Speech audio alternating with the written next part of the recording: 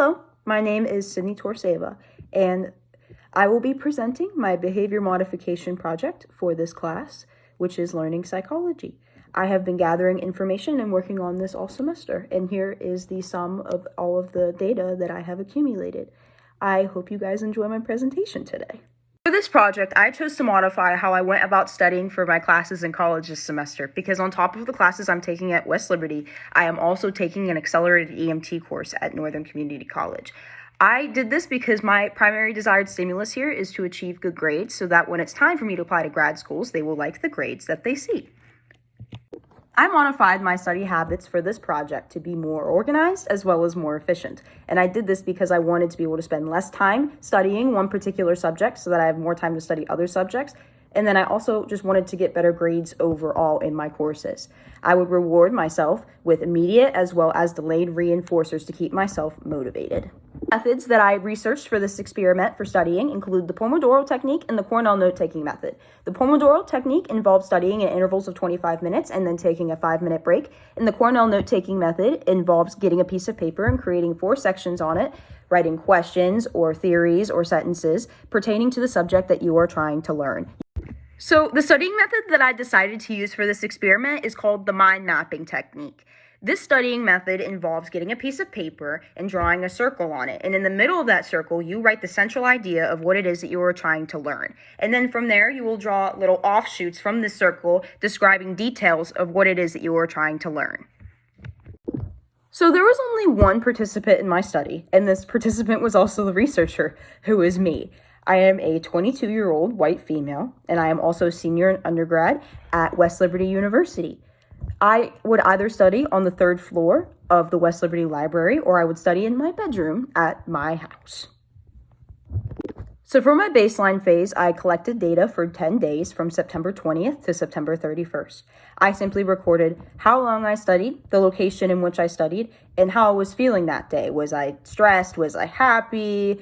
How did I feel about the material? And I was not required to study for a certain amount of time either. For my treatment phase, I would study in 2 1-hour and 15-minute increments each day for 5 days a week. I would typically study from Monday through Friday so that I would have more time on the weekends to myself. I also would only create a mind mapping diagram or study a mind mapping diagram while I was studying, and I would use reinforcers to keep me motivated.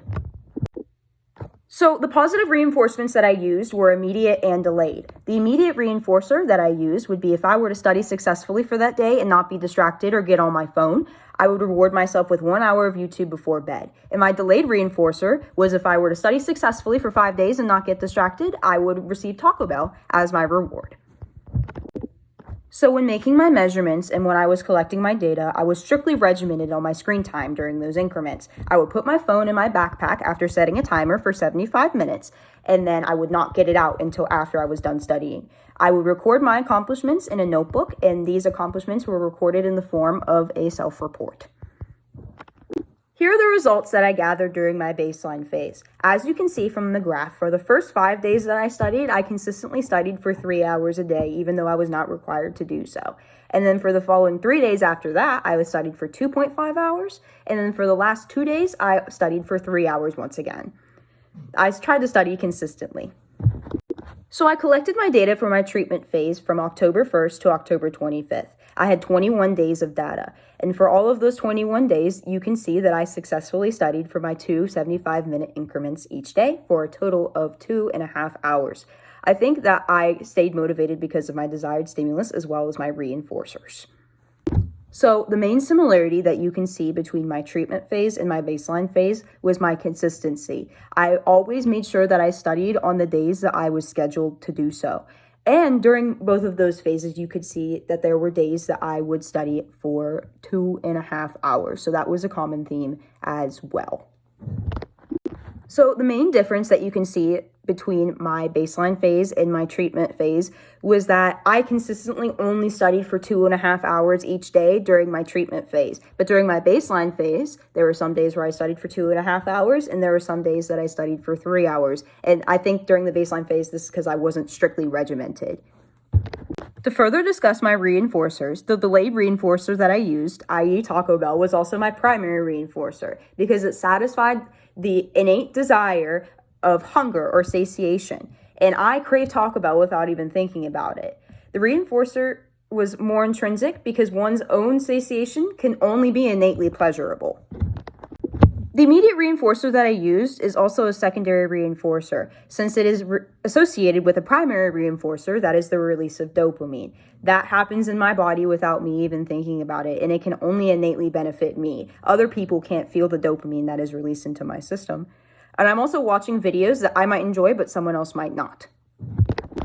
So, to wrap things up a little bit, for me, this treatment plan was very successful. It helped me stay on track in my academics despite the academic struggles that I faced, as well as the personal struggles that I faced. It was very easy for me to stay on schedule as well, since all I had to do was open my notebook and see where and when I needed to study that day, and what I needed to study as well. Okay, guys, that is what I did for this semester for my behavior modification project.